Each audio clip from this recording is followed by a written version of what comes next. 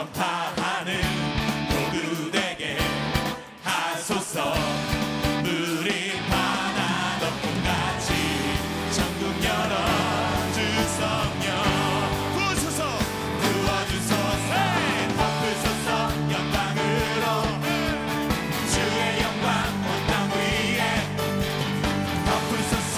천국의 소리로 온 세상은 주의 것 열방 두께 경배하네. 덮으소서 천국의 소리로 덮으소서. 주님의 그 온 영광이 온 열방과 족속 가운데 가득히 말 것입니다. 할렐루야. 주님, 우리가 그 주님을 노래합니다. 천국의 문을 열어주소서. 천국 열어주소서. 새 노래 퍼지도록 물이 바다 덮음같이 덮으소서. 다시 한번. 이 천국 열어주소서. 새 노래 퍼지도록 물이 바다 덮음같이 덮으소서. 천국 열어주소서. 새 노래 퍼지도록 물이 바다 덮음같이 덮으소서. 아멘. 다시 한번. 천국 열어주소서. 새 노래 퍼지도록 물이 바다 덮음같이 덮으소서. 덮으소서. 덮으소서. 덮으소서 영광으로 주의 영광 온 땅 위에 덮으소서. 천국의 소리로 온 세상은 주의 것 열방 두께 경배하네.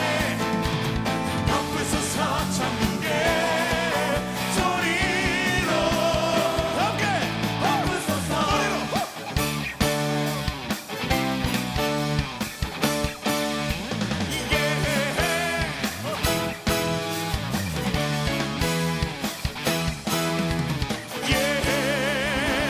할렐루야.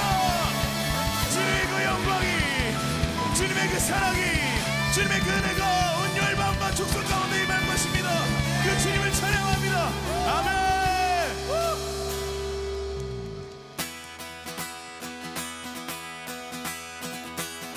다시 말하니 항상 주님 안에서 기뻐하라 리조이. 다시 말하 항상 주님 안에서 기뻐하라 리조이.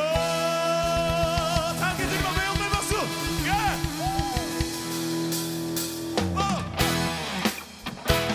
함께 우리 주님의 기쁨이 되십니다. 이렇게 되십니까? 그 기쁨을 함께 선포합시다.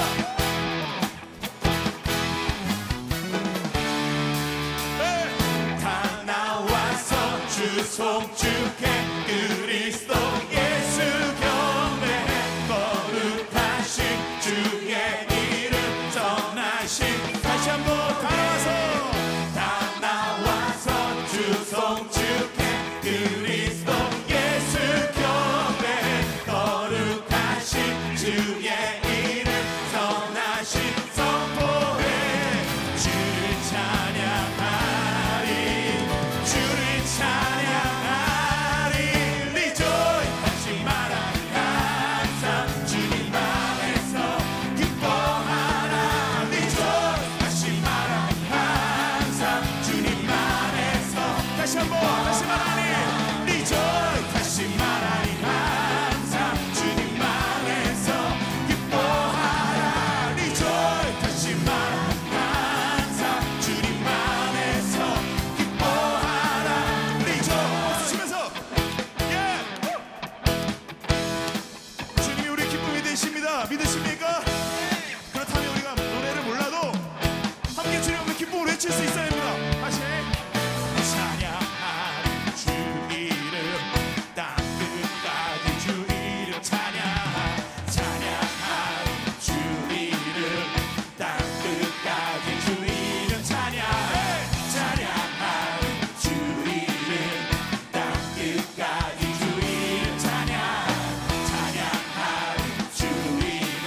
다시 말하니 다시 말하니 찬양하리 주 이름 땅 끝까지 주 이름 찬양 찬양하리 주 이름 땅 끝까지 주 이름 찬양 찬양하리 주 이름 땅 끝까지 주 이름 찬양 찬양하리 다시 말하니 다시 말하니 다시 말하니 다시 말하니 다시 말하니 예라니 다시 말하니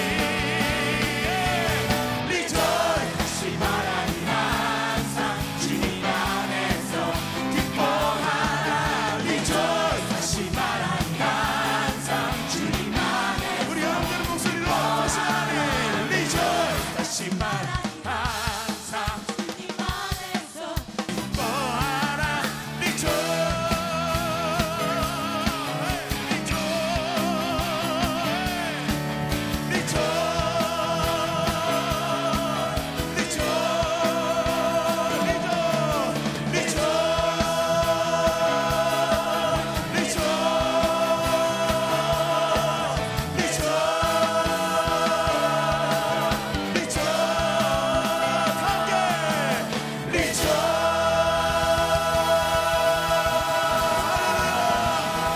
영원히 우리 기쁨이 되시는 그 신실한 주님을 찬양합니다. 아멘. 우리 다시 한번 거나는 밤에 기쁨과 영광을 박수하게 드리십시다. 우리 옆 사람에게 믿음으로 선포합시다. 오직 주님이 당신의 기쁨이십니다. 우리 다시 한번 믿음으로 선포하십시오. 당신은 주님의 기쁨입니다. 아멘.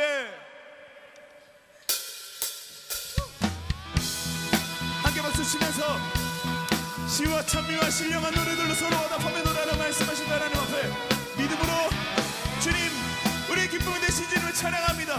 믿음으로 선포합시다.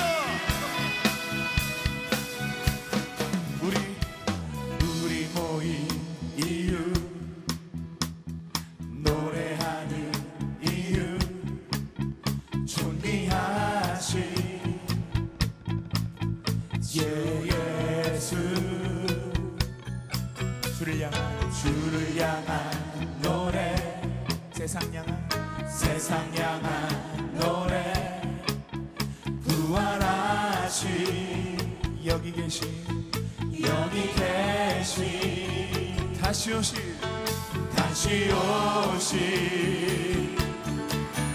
예수 그날이 다가오면 볼수록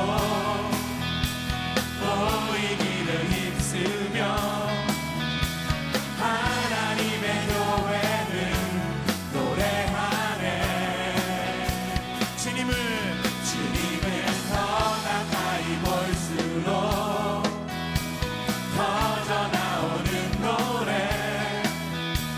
하나님의 교회는 찬양하네 함께 찬양하네 박수 치면서 여러분 믿으십니까? 우리가 그 주님의 교회입니다. 아멘. 우리 모인 이유 노래하는 이유 그것은 바로 존귀하신 주 예수 주를 향한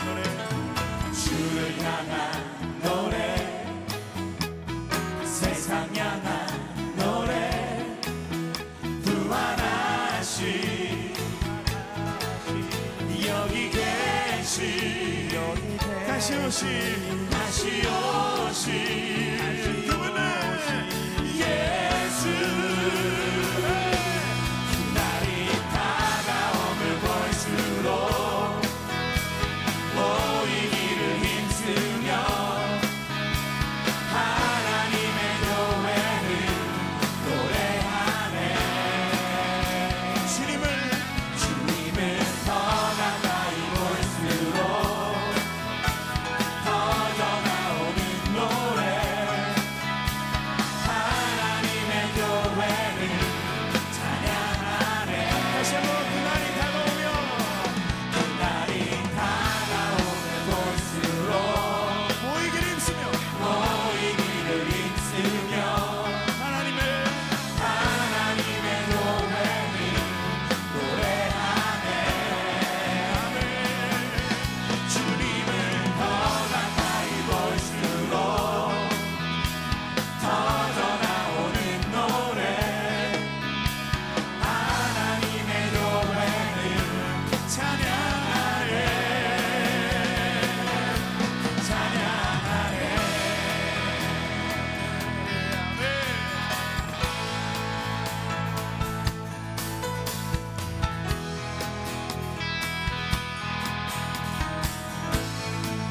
함께 우리 모인 이유 노래하는 이유 존귀하신 주 예수 주를 향한 노래 주를 향한 노래 세상 향한 노래 부활하신 여기 계신 다시 오실 예수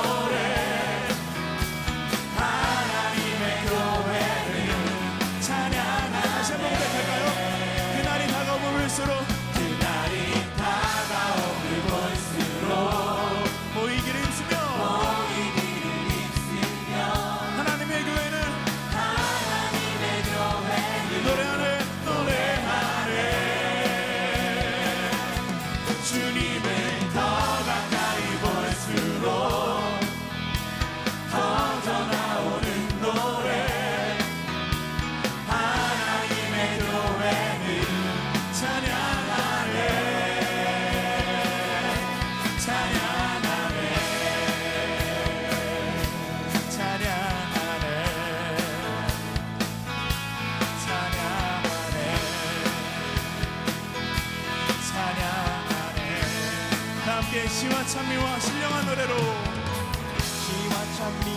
신령한 노래로 찬양 우리 모인 이유 찬양하네 기쁨으로 주께 나아갈 함께 찬양 다시 한번 시와 찬미와 신령한 노래로 찬양하네 기쁨으로 주께 나아갈 함께 찬양 이유 찬양하네 아멘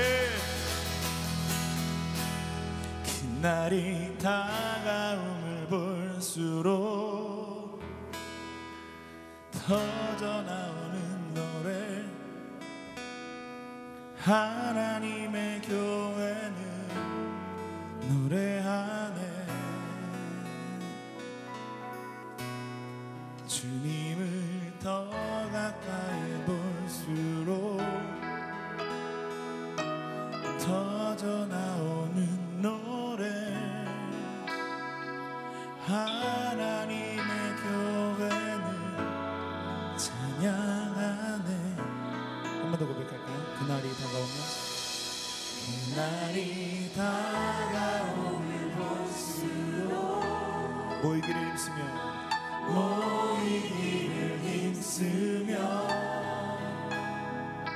하나님의 교회는 노래하네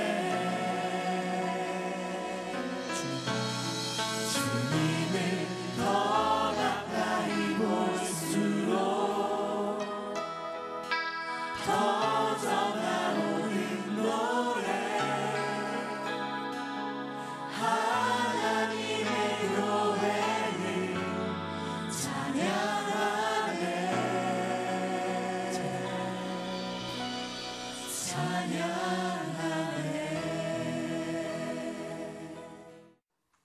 작년 11월 17일 밤에 아시아에서 제일 강한 19세 이하 축구팀을 가리는 아시아 축구 연맹 19세 이하 챔피언십 결승전이 열렸었습니다. 아시아에서 최고로 잘하는 두 팀이 올라갔죠. 우리나라와 이라크가 결승전에서 격돌을 했습니다. 경기 내용은 결승전답게 팽팽하게 일진일퇴를 진행하면서 진행이 됩니다. 그런데 아쉽게도 전반 35분 이라크의 공격 선수가 먼저 골을 넣어서 우리가 1대 0으로 뒤지기 시작합니다. 뒤처지는 선수들이 이기려면 한 발자국도 더 뛰어야 되겠죠. 우리나라 선수들은 한 골을 당하고 나서 어떻게든지 동점골 내지는 역전골을 넣으려고 이전보다 더 열심히 사력을 다해서 뛰었지만 시간은 계속 흘러서 전후반 90분이 다 지나가고 맙니다. 이대로 경기가 끝나나 보다 그 경기를 지켜보는 사람들은 거의 패배를 인정하고 그리고 마지막 얼마 남지 않은 시간을 보면서 초조하게 기다리죠. 90분이 다 지났습니다. 그런데 심판의 호각 소리가 들리지 않습니다. 알고 봤더니 추가 시간이 조금 더 주어졌습니다. 추가 시간 몇 분 주어졌다고 전후반 내내 한 골도 못 넣었던 우리나라 갑자기 골을 넣을 수 있을까, 이런 걱정과 함께 추가 시간도 점점 흘러만 갑니다. 그런데 추가 시간이 거의 다 끝나갈 무렵에 극적인 상황이 발생합니다. 우리나라 선수가 거의 휘슬을 불기 직전에 동점골을 넣습니다. 그래서 1대1 비기게 되죠. 그리고 연장전에 돌입합니다. 그런데 승부가 나지 않았습니다. 그리고 룰에 의해서 약속된 대로 승리자를 가로해야 되니까, 승리자를 만들어내야 되니까 승부차기에 나가게 됩니다. 그런데 승부차기에서 우리나라가 이겼죠. 그리고 아시아에서 가장 강한 19세 이하의 챔피언에 우리나라가 올랐습니다.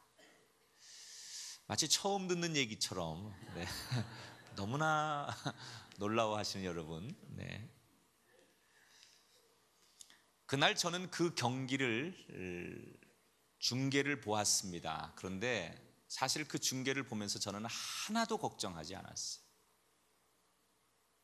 저는 느긋하게 전후반 경기가 다 끝나갈 때도 괜찮아 웃으면서, 추가 시간이 거의 다 끝나갈 무렵에도 느긋하게 웃으면서 그날 경기를 즐겼습니다.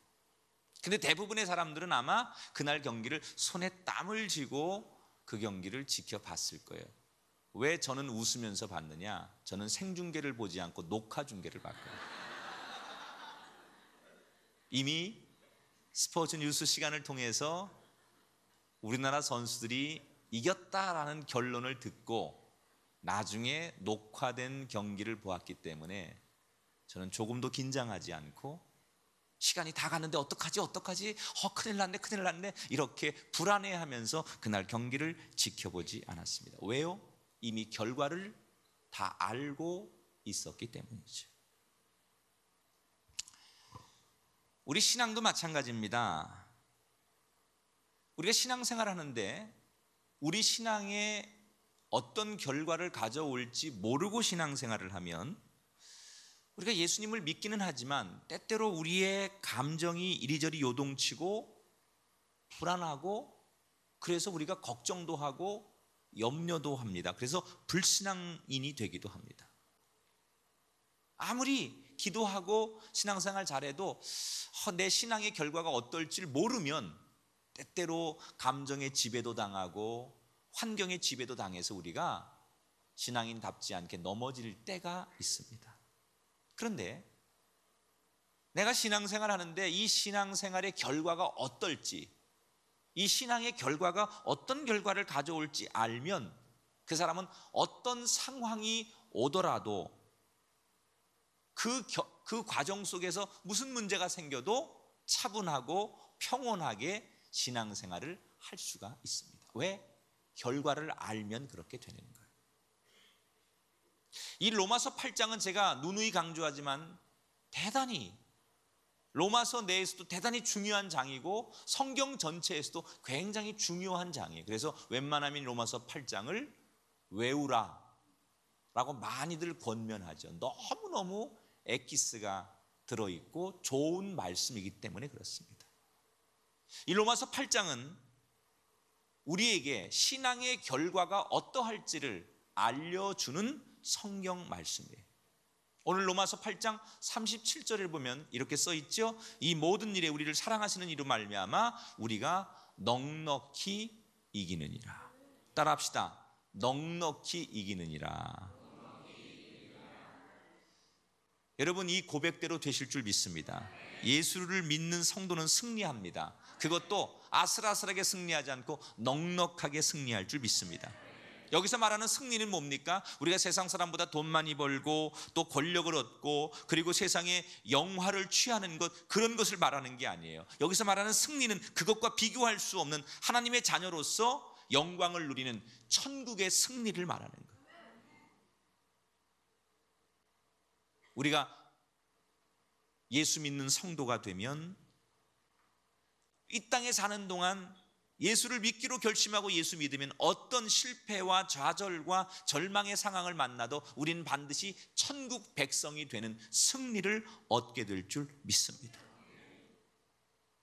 그래서 우리에게 감히 이렇게 말하죠. 나는 승리가 결정된 사람이다. 여러분 모두는 승리가 결정된 사람이에요. 이 로마서 8장은 그리스도인의 승리의 선언문이에요. 우리가 나는 반드시 승리한다라고 이렇게 결과를 단언할 수 있는 이유가 뭘까? 로마서 8장 32절에서 39절에 보면 최후 승리를 확신할 수 있는 두 가지 이유를 말하고 있어요. 사람이 어떤 일을 할 때 얼마나 확신을 갖느냐는 대단히 중요해요. 말을 해도요, 확신이 있는 말은 상대를 감동시키고 설득을 시킵니다. 그런데 확신이 없으면 옳은 말을 해도 진리를 이야기해도 그것을 사람들이 제대로 받아들이지 않아요. 그래서 확신 있는 건 대단히 중요한 거예요. 이길 수 있습니다. 난 해낼 수 있습니다. 난 당신이 그렇게 될 줄 믿습니다. 이렇게 확신하는 거 굉장히 중요해요. 어떤 일을 하든 간에 그렇게 자신감 있게 확신할 수 있어야 돼요. 자, 두 가지 이유 가운데 첫 번째, 로마서 8장 31절을 읽어보겠습니다. 하나님이 우리를 위하시면 누가 우리를 대적하리요? 따라합시다. 하나님이 우리 편입니다. 지금 이 성경은 한글 성경인데 너무 부드럽게 쓰여 있죠. 원래 본문의 뜻은 이런 겁니다. 하나님이 우리 편이면 누가 우리를 대적하겠습니까? 하나님이 우리 편이라면 누가 우리를 감히 대적하겠습니까? 하나님이요, 그냥 우리 옆에서 우리를 지지하고 격려만 하시는 분이 아니라는 거예요. 아예 우리 편이 되어서 우리를 찬송해주고 우리를 지지하시는 분이라는 거예요. 옆에서 지켜보면서 해봐 이런 정도가 아니라 완전히 우리 편이 되어서 우리를 지지해주고 우리가 하는 말을 찬송해주고 그런 분이 하나님이시라는 거예요. 근데 이 말을 많은 한국 교인들이 잘못 오해하고 있는 게 있어요. 하나님이 내 편이라니까, 하나님이 내 편이다, 그러니까 내가 무슨 소원을 말하든지 하나님은 다 들어주시는 해결사 같은 하나님. 그래서 소위 한국 교인들이 하나님이 내 편이다라는 이 성경 구절을 가지고 만사형통 이런 신앙을 가지고 있어요. 만사형통. 하나님이 내 편이니까 내가 뭘 하든 간에 하나님이 다 나를 감싸주고 내가 소원하는 걸 다 들어주실 거야. 그래서 나는 만사형통이야 라고 안심하는 분들. 그런데 사실은 반대죠. 하나님이 내 편이라는 얘기는 뭘 말하는 거냐? 내가 살아가는 동안 하나님의 편이 되도록 늘 지켜주시고 인도하신다는 뜻이에요. 내가 혹시라도 하나님을 벗어나지 않도록 늘 하나님의 편이 되도록 나를 언제나 지켜주시고 보호해 주신다. 마치 목자가 양들을 바른 길로 인도하는 것처럼 우리가 혹이나 하나님의 길에 벗어날까 봐 하나님의 길을 계속 가도록 천국에 이를 때까지 우리를 인도하신다는 뜻이죠. 그렇다면 그거야말로 진짜 선하신 하나님이 우리 편인 거죠. 이 로마서 8장은 우리 편이 되는 하나님을 세 가지로 보여주고 있습니다. 먼저 32절에 보면 자기 아들을 아끼지 아니하시고 우리 모든 사람을 위하여 내어주시니라고 말했어요. 이 말은 하나님과 우리가 원래 원수되었는데, 분명히 원수인데 우리가 하나님을 거스리고 죄를 졌기 때문에 원수가 되었는데, 원수된 우리의 관계 속에 하나님이 먼저 다가오셨다는 거예요. 그리고 나를 용서하시고 나를 사랑해 주셨어요. 그 증거가 뭐예요? 나를 살리기 위해서 먼저 다가오셔서 가장 소중한 것을 우리에게 내어주셨어요.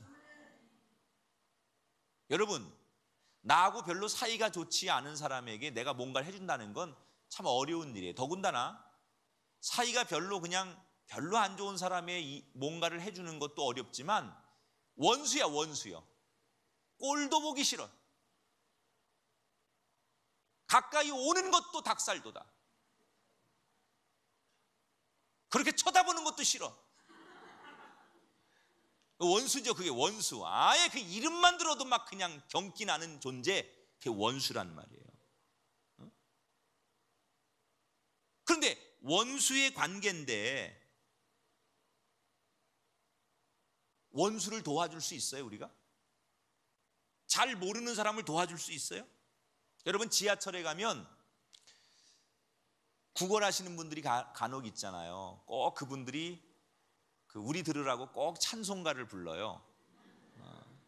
꼭 하모니카도 트로트도 있고 동백아가씨 이런 거 이 세상에 이런 노래 많아요. 하여튼 나훈아 노래도 있고 하는데 꼭 찬송가를 부르지요.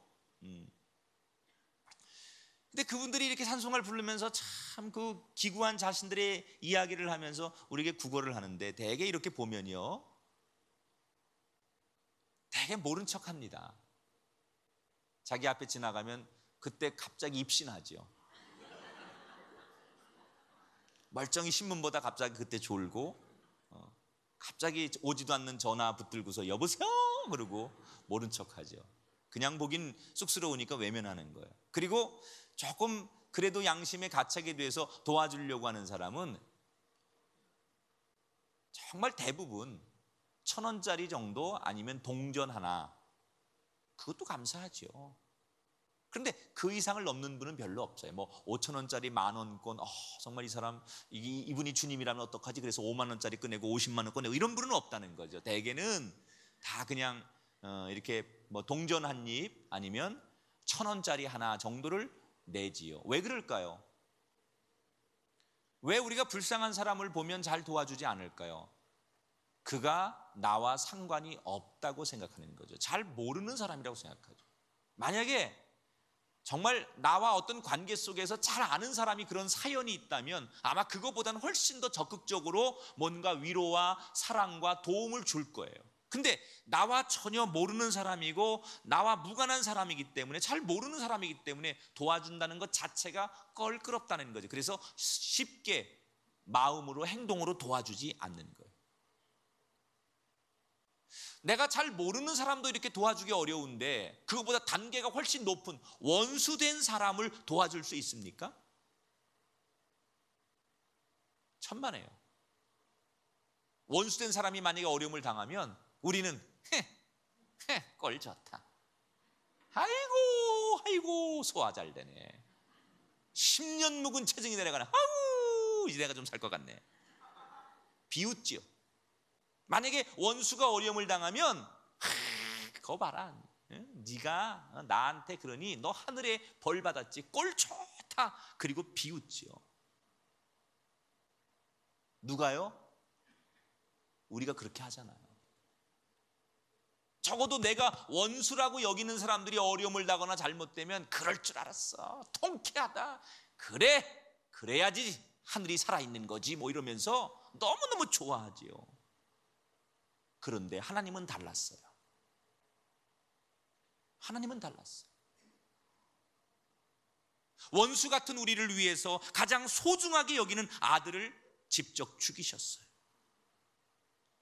도저히 우리 인간의 상식을 뛰어넘는 우리를 살리신 하나님의 모습 속에서 우리는 이걸 확신하는 거예요. 따라합시다. 하나님은 우리 편이시다.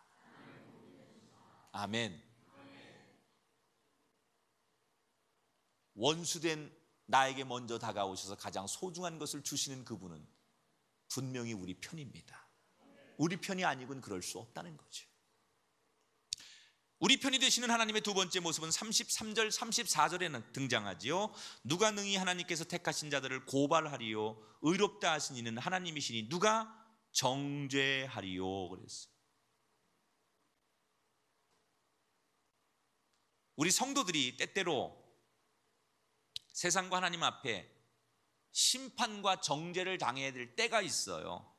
그런데 하나님이 우리가 심판받고 정죄받아야 될 상황에, 손가락질을 받고 죄를 추궁받아야 될 상황에 하나님께서 우리를 바로 그때 지켜주신다는 거예요. 여러분, 집에 자녀를 키우는 부모가 애가 너무 말을 안 들어요. 우리 막둥이 아윤이는 이제 일춘기가 왔어요. 일춘기. 이게 이제 2춘기, 3춘기, 4춘기까지 가요. 일춘기가 와가지고 요즘은 뭐 조금만 싫으면 아빠 가! 아주 단호하게. 지금 저 위에서 유아실에 있을 거예요. 그리고 예배 끝날 때쯤 되면 갑자기 가가지고 또 회개한대. 주여. 그리고 우리 딸이 회개한대요 요새.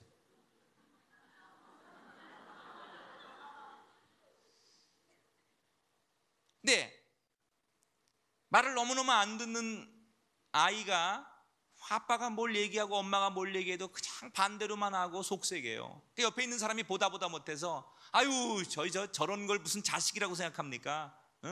저건 자식이 아니라 왼수네요. 저건 자식의 자격이 없어요. 갖다 버리세요. 내쫓으세요. 만약 누가 그렇게 얘기했어요. 그러면 정상적인 부모라면요, 듣고 보니까 맞네요. 이 자식이 아니라 왼손이네. 내가 그걸 몰랐네. 깨닫게 해주셔서 감사합니다. 얘따 버리자. 뭐 이러는 부모는 없지요. 옆에서 그렇게 말해도요, 위아래 훑어보면서 선생님 무슨 말씀하십니까? 예? 찢어진 입이라고 말을 그렇게 함부로 해도 되시는 겁니까? 뭐 이러면서 따지겠죠. 내 자식이 맞다면 그럴 수 없어요. 아니 당신 그렇게 말할 수 있냐고 말해. 남의 애한테 아무리 애가 속색이고 말 안 들어도 남의 자식한테 그렇게 말하면 되겠냐고. 그리고 오히려 혼내는 그 아이를 감싸 안으면서 그 아이를 보호하는 게 부모라는 거예요. 아무리 속상하게 만들고 아무리 힘들게 만들어도 내 자녀는 내 자녀라는 거예요. 여러분, 우리가 신앙생활 하다 보면 우리가 하나님을 아버지로 모시는 가족생활과 비슷하죠, 신앙생활은. 근데 자녀들이 부모 말을 잘 안 듣는 것처럼요, 때때로 우리가 하나님의 자녀라는 우리도 하나님께 죄를 지을 때가 있어요. 또 불순종할 때가 있어요. 하나님 우리에게 맡기신 사명을 거절하기도 하고 우리가 하나님 맡기신 사명을 잘 감당하지 못할 때도 있어요. 그러면 우리의 그런 행위와 모습을 보고 꼭 우리를 고발하고 정죄하는 놈이 있어요. 꼭 일러 바치는 놈이 있어요. 그게 누구예요? 사탄이에요. 저 김 목사가요, 아우 설교하기 싫다고 그랬어요 오늘 저녁에. 아우 예배 가기 싫어 그런데 조금 아까까지 더 뒤에 가지고 설교 안 했으면 좋겠네 자기 혼자 그렇게 중얼거렸거든요. 하나님 모르시죠? 저놈이 그런 놈이에요 이러고 내가 한 일을 다 고해 바치고 일러 바치는 놈, 그게 사탄이 하는 일이에요. 내가 죄를 지으면 제일 먼저 하나님 앞에 달려가 가지고요, 저게 하나님의 자녀라고 하는 저놈이 세상에서 이런 죄를 짓고요, 저거 빨리 심판하셔야 돼요, 저거요 위선자예요, 그러면서 하나님 앞에 일러 바치는 게 사탄이라는 거예요. 그뿐이 아니에요. 내가 죄를 지으면 하나님께 가서 고발하기도 하지만 나한테 내 마음에 들어와서 사탄이 뭐라고 부채질하는 줄 알아요? 야, 너 예수 믿는 게 맨날 죄만 짓고 너는 교회에서 맨날 아멘 하지만 교회 밖에만 나가면 하나님의 자녀 아닌 사람처럼 살잖아. 너 웃기는 놈이다. 너 참 이중적이다. 야, 그렇게 신앙생활 할 바에 뭐로 예수 믿냐? 나 같으면 신앙생활 안 한다. 차라리 신앙생활 안 하고 죄 짓지. 너처럼 신앙생활 하면서 그렇게 죄 짓는 거 너무 가식이고 위선이야. 너 신앙 포기해. 그리고 우리 마음에서 우리를 그렇게 이간질하죠. 유혹하죠. 그럴 바에 뭐로 신앙생활 하냐? 나 같으면 신앙생활 안 해. 사탄의 목적은 우리가 어떻게 했든지 신앙을 포기하고 하나님을 부인하고 지옥 가게 만드는 것, 그게 사탄의 목적이에요.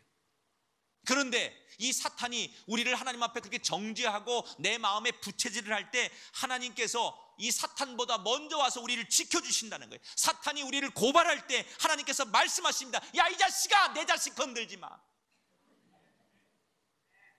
야, 사짜 너 이 자식아. 좋은 말 할 때 내 아이들 건들지 마. 아멘. 하나님 앞에 와서 우리가 지은 죄를 고발하고 정죄하려고 할 때 하나님이 먼저 막으시는 거죠. 야, 임마, 입 닥쳐. 함부로 말하지 마. 내 자식이야. 이렇게 사탄이 고발하고 정죄할 때 대신 싸워주시고 나를 두둔하시는 분, 그게 하나님이랍니다. 또 사탄이 우리를 정죄할 때 하나님이 성령님을 우리에게 보내주시고 성령님을 통해서 우리를 인도하십니다. 그래서 사탄이 나는 하나님의 자녀 자격도 없어, 나 같은 사람이 어떻게 예수 믿는 사람이야, 그래 나는 안 돼, 이렇게 신앙생활하는 건 위선이지, 그리고 내가 나를 미워하고 학대하고 내가 신앙에서 모든 걸 포기하고 내려놓으려고 할 때 성령께서 내 안에서 나를 위로해요. 내 대신 기도해요. 뭐라고요? 나는 하나님의 자녀인 것을 다시 증언하게 만들어요. 그리고 결국 성령님이, 내 육신과 이성은 그렇게 못하지만 이 성령이 나를 강제적으로라도 하나님의 뜻대로 기도하게 만든다는 거예요. 누가 하는 일이에요? 하나님이 하시는 일이에요. 결국 하나님은 우리를 사탄에게로부터 지켜주시고 보호하시고 인도하시는 우리 편이라는 얘기예요. 아멘. 세 번째, 35절에 하나님이 우리 편이 되시는 세 번째 모습은, 누가 우리를 그리스도의 사랑에서 끊으리요? 환난이나 공고나 박해나 기근이나 적신이나 위험이나 칼이랴 그랬어요. 우리 인생에 어떤 시험과 어려움이 닥치더라도 하나님께서는 언제나 우리를 사랑하시고 그 가장 어려울 때도 우리와 동행하신다는 얘기예요. 자, 이 로마서는요, 첫 시간에 말씀드렸죠, 로마 교회 교인들에게 보내는 위로의 편지예요. 그런데 이 로마 교회 성도들이 지금 이 편지를 받아서 읽으면서 가장 감동이 되고 위로가 정말 막 심장으로 다가왔던 구절이 있다면 어딜까요? 로마서를 쭉 편지를 읽으면서 이 교인들이 가장 가슴에 와닿는 위로의 편지가 있다면 바로 조금 전에 읽었던 35절을 읽었을 거예요. 아마 이 구절에서 제가 볼 때는 로마 교회 교인들이 대성통곡하고 눈물 콧물 쏟으면서 여기에서 감동했을 것 같아요. 왜냐? 지금 이 로마 교회, 이 로마 시대에 예수님을 믿는다는 것은, 그건 뭘 말하는 거냐? 인생을 포기하는 행위와 같은 거예요. 유대인들이 예수 믿는다는 이유로 얼마나 극심하게 핍박을 받습니까? 또 로마 사람들이 만약에 예수를 믿으면 그것은 황제를 거부하는 거예요. 예수를 믿는다는 건 로마의 황제를 거부하는 거예요. 그래서 그들을 국가의 반역자로 생각하고 그들에게 어떤 기회도 주지 않아요. 로마인임에도 불구하고 그들은 완전히 로마 사람으로서 모든 것을 박탈당하는 거예요. 완전히 아웃사이더가 되고요, 비주류가 되는 거죠. 그런데 그렇게 정말 모든 것을 포기하는 게 예수 믿는 그 상황에서 사도 바울이 선언한 이 35절이 그들에게 얼마나 위로가 되었을지. 환난이 뭐예요? 나를 억누르는 환경이 다가올지라도, 곤고라는 것은 궁색한 처지에 놓여지고, 박해는 신앙 때문에 온갖 시련을 당하고, 기근은 일용할 양식조차 없고, 적신은 모든 것을 빼앗기고 벌거벗겨지고, 위험이라는 것은 죽음이 항상 코앞에 있고, 칼이라는 것은 권력이 예수님에 대한 믿음을 거부하도록 위협할지라도, 내가 예수님을 놓지 않는 한 하나님은 여러분을 영원히 사랑하신다는 거예요. 여러분, 사도 바울이 이 로마 교회 교인들에게 했던 이 위로가 여러분에게도 임하시게 되기를 주의 이름으로 축원합니다. 어떤 상황 속에서도, 내가 어떤 상황을 만나더라도 각각의 우리의 처지와 상황이 다 다를 수 있습니다. 그러나 어떤 처지에 만나더라도 하나님은 여전히 우리와 함께 하시고 우리 편이시라는 거예요. 우리가 잘 아는 다윗이 바로 그런 사람이었어요. 다윗이 여러분 목동일 때 골리앗이 이끄는 블레셋 군대가 이스라엘을 침략하지요. 그런데 사울 왕을 비롯한 이스라엘의 대부분의 군인들은 그 골리앗을 너무나 두려워하고 벌벌 떨었어요. 그런데 다윗은 달랐어요. 우선 골리앗을 보는 눈빛이 달랐어요. 처음 보자마자 조금도 이 다윗은 주눅들지 않아요. 당당하게 째려보죠. 이 자식이 뭐 이렇게 생긴 게 길어 이거.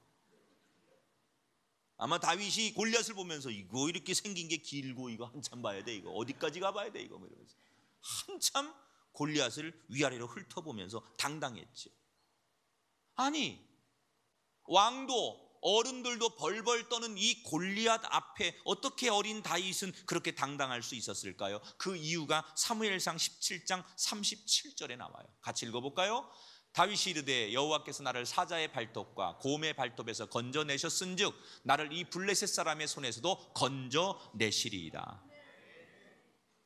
내가 지금 아무리 연약한 존재, 나도 알아요. 내가 이 사람과 비교해서 얼마나 연약한 존재인 나도 안다는 거예요. 그런데 다윗의 경험 속에 지금까지 내 편이 되신 하나님이 계시다면 지금 이 극심한 목숨이 왔다 갔다 하는 가장 위험한 순간에도 나는 승리할 것을 확신한다는 얘기예요.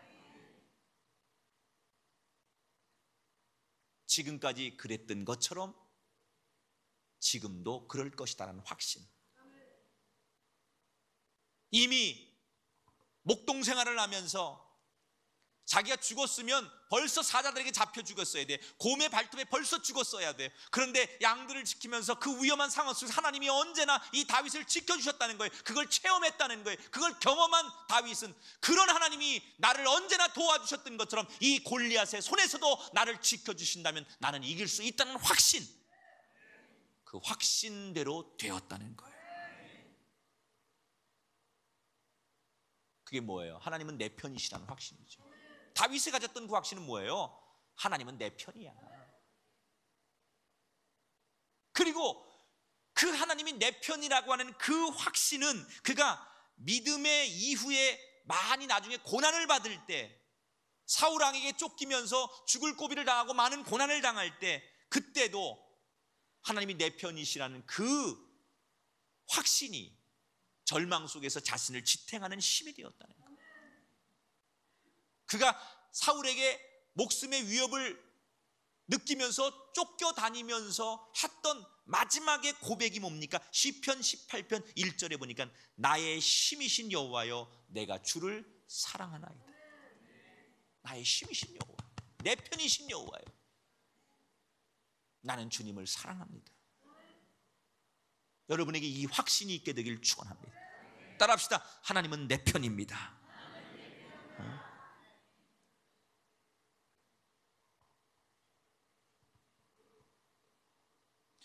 이런 고백, 이런 근거로 사도 바울이 오늘 로마서 8장 37절에 우리에게 결론처럼 주시는 말씀이, 이 모든 일에 우리를 사랑하시는 이로 말미암아 우리는 넉넉하게 이긴다. 여러분, 이 고백이 구호가 아닌 여러분의 진실한 신앙의 고백이요, 여러분의 심장과 같은 말씀이 되기를 주의 이름으로 축원합니다. 두 번째, 따라합시다. 하나님은 나를 사랑하십니다. 자, 우리가 지금 로마서 1장부터 8장까지 살펴봤어요. 근데 이 로마서는 크게 1부와 2부로 나눠집니다. 보통 1부를 로마서 8장까지라고 하고 8장 이후에 16장까지를 로마서 2부라고 해요. 1부는, 로마서 1부는 8장까지는 복음을 설명하는 말씀이 1부에 많이 등장하죠. 지금까지 우리가 복음이 뭐냐 이걸 설명하는 거예요. 그리고 이제 9장부터 그 16장 2부까지는 복음을 어떻게 실천하며 살아야 될 거냐라는 것을 설명하는 부분이에요. 자, 오늘 이대로 말한다면 로마서 1부가 끝나는 거예요. 전반이 끝나는 거예요. 지금까지 우리가 1장부터 8장까지 내용을 다시 한번 총 정리를 하면 그런 거 아닙니까? 인간은 하나님의 사랑을 받고 이 세상에 태어났어요. 그런데 아담의 범죄에 의해 모든 인간은 하나님과 원수된 죄인이 됩니다. 그리고 그때부터 인간은 하나님의 중심이 아니라 나를 중심으로 해서 이기적이고 시기와 질투와 다툼으로 살아가죠. 그리고 하나님이 아닌 헛된 신에게, 우상에게 능력을 구하는 철저한 이기주의가 돼요. 타락하는 거죠. 그러나 그런 타락하고 하나님과 원수되고 이기적으로 살아가는 우리 인간들을 버리시지 않으신 하나님은 우리를 구원하기 위해서 자신의 아들을 내어주시는데, 그게 바로 십자가의 예수 그리스도십니다. 그리고 그 예수 그리스도라는 길로 누구든지 오기만 하면 천국을 상속받는 하나님의 자녀가 되게 하겠다고 하나님이 먼저 우리에게 프로포즈를 하십니다. 그런데 우리는 여전히 하나님의 그런 프로포즈를 받아놓고도 죄와 하나님 사이에서 갈등합니다. 그때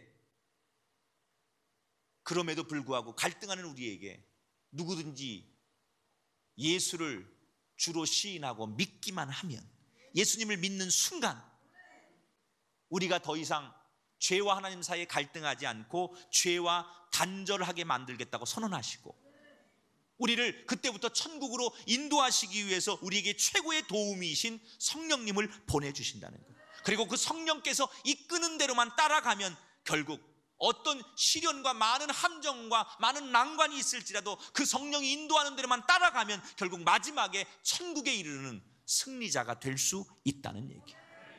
이게 바로 로마서 1장부터 8장까지의 복음을 설명하는 내용이에요. 자, 오늘 이 로마서 8장까지 일부를 마무리하면서 가장 중요한 복음을 하나 전하려고 해요. 하나님께서 지금 복음이라는 게 뭐냐라는 것을 말씀하시면서 우리에게 가장 하고 싶었던 얘기가 뭘까요? 그게 바로 하나님의 마음을 담은 가장 중요한 메시지가 8장 39절에 나와요. 같이 읽어봐요. 그리스도 예수 안에 있는 하나님의 사랑. 따라합시다. 내가 너를 사랑한다. 이 말은 하나님이 나를 사랑하신다는 거예요. 복음을 잃어버리고 죄와 하나님 사이에서 갈등하는 우리에게 하나님 주신 마지막 말씀이 뭐예요? 하나님은 나를 사랑하신다는 거예요. 아가페의 사랑. 가장 하나님이 당신에게 가장 소중한 것을 주는 사랑, 그게 아가파의 사랑이에요. 하나님께서 가장 줄 수 없는 것, 우리 같으면 줄 수 없는 가장 소중한 것을 주셨던 사랑, 그게 아가페예요. 하나를 보면 열을 안다고요. 가장 소중한 것을 주셔서 아가페의 사랑을 이루신 하나님은 그거 하나만 봐도 끝까지 우리를 사랑하실 수 있는 분이라는 거예요. 아들까지 아낌없이 주셨는데 뭘 못 주겠냐는 거예요. 가장 최후의 것까지 다 줬는데 뭘 못 주겠냐는 거예요. 믿으십니까? 이미 여러분, 하나님이 가장 사랑하는 최후의 보류 같은 그 독생자 아들 예수 그리스도까지 주셨는데 우리에게 주지 못할 게 뭐가 있냐는 거예요.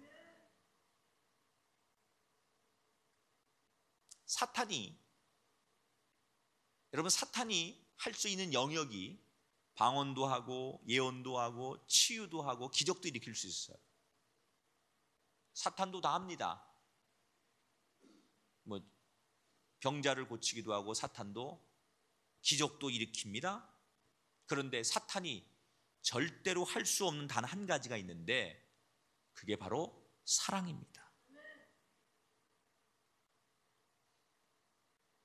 다 흉내낼 수 있는데 한 가지를 못해요. 사탄이. 하나님처럼 우리를 사랑하는 걸 못해. 여러분, 우리가 진짜로 하나님 앞에 받은 기적 중에 최고의 기적이 뭔지 아십니까? 하나님으로부터 사랑받는다는 거예요. 사랑을 받으면 마음이 기뻐져야 돼요. 저는 여러분의 마음에 아가페의 사랑이 충만하게 되기를 축원합니다. 그래야 기뻐지는 거예요. 그래야.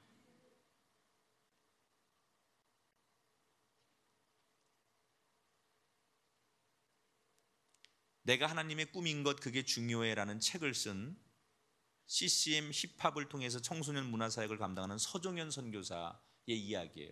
자기의 자서전적인 이야기인데 이 책에 보면 이 서선교사는 중학교 1학년 때 선생님에게, 중학교 1학년 때예요, 선생님에게 누명을 쓰고 심한 욕설과 체벌을 받습니다. 그리고 그날 그것을 계기로 너무나 큰 충격과 상처를 받고 그는 자기 마음에 사랑이 사라지고 인간 쓰레기처럼 살아갑니다. 반발심이 생기면서 툭하면 학교에 빠지고 술과 담배와 싸움을 일삼습니다. 그의 폭력성과 그의 타락은 시간이 가면 갈수록 더해집니다. 한 번은 옆 중학교 선배에게 칼을 맞아가지고 죽을 뻔한 적도 있었고, 나중에 군대에 가서 군대에서 첫날, 훈련소 입소한 첫날 조교가 안 입고 없다고 조교한테 주먹을 휘둘러서 정신 이상 판정을 받고 정신병원에 입원이 되기도 해요. 완전히 세상 말로 꼴통이에요. 정신병원에 입원이 되는 거죠. 그 정신병원에 들어가서 수감 생활을 하는데 갇혀가지고 그 병실마다 다니다 보니까 자기도 지금 정신 이상 판정을 받고 정신병원에 들어왔는데 가만 보니까 자기보다 다 상태가 더 심각해 보이더래요.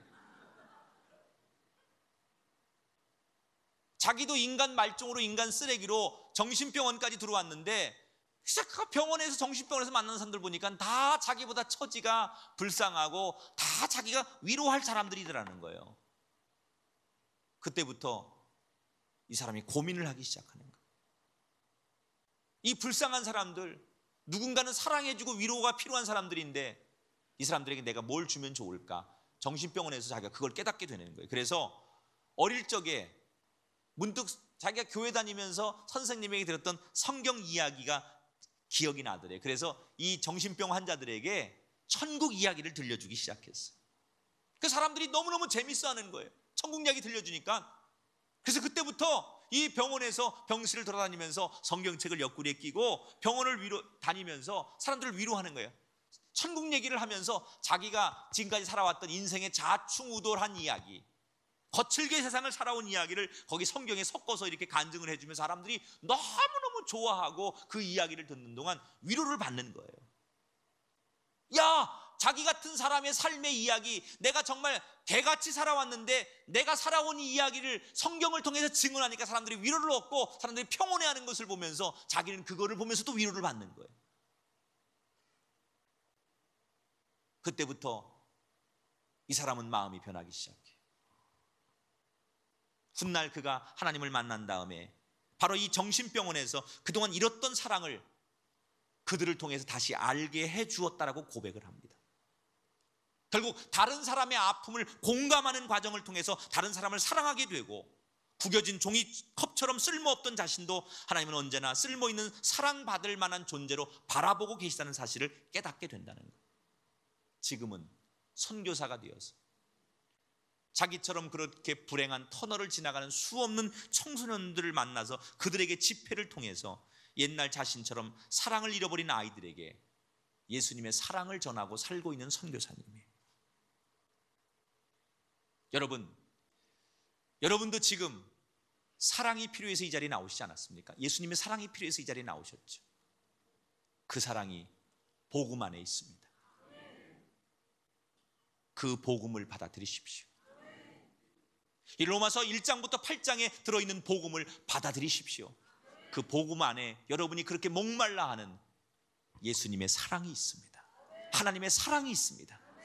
그 복음을 붙들고 그 복음을 받아들이고 그 사랑 안에 거하는 행복한 위로가 되고 소망이 되는 여러분 되시기를 주의 이름으로 축원합니다.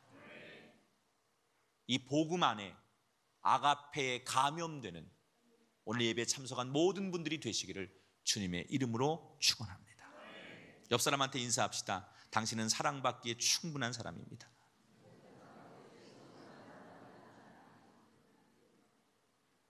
자, 오늘 말씀의 결론입니다. 우리는 결론이 이미 이겨놓고 싸우는 사람이에요. 믿으십니까? 우리는 이미 마치 제가 아까 처음에 얘기한 것처럼 녹화된 경기, 결과를 이미 다 듣고서 경기를 보는 사람이에요. 그래서 우리는 결과를 알고서 싸우는 사람이에요. 그래서 우리는 확신하는 거예요. 내가 지금 이렇게 힘들게 사는 것 같고, 내가 이렇게 정말 구질구질하게 사는 것 같고, 사람들 앞에 인정 못 받고 사는 것 같지만, 우리가 뭘 확신해요? 끝끝내 이긴다. 그 두 가지 이유가 뭐예요? 하나님이 우리 편이시기 때문에, 하나님이 날 사랑하시기 때문에. 이 사도 바울의 이 복음의 이야기가 정말 우리가 잊혀지지 않는, 새겨지는 말씀으로 우리가 온전히 복음에 사로잡혀서 하나님을 사랑하고 매 순간순간 승리하는 거룩한 하나님의 자녀들이 되시기를 주님의 이름으로 축원합니다.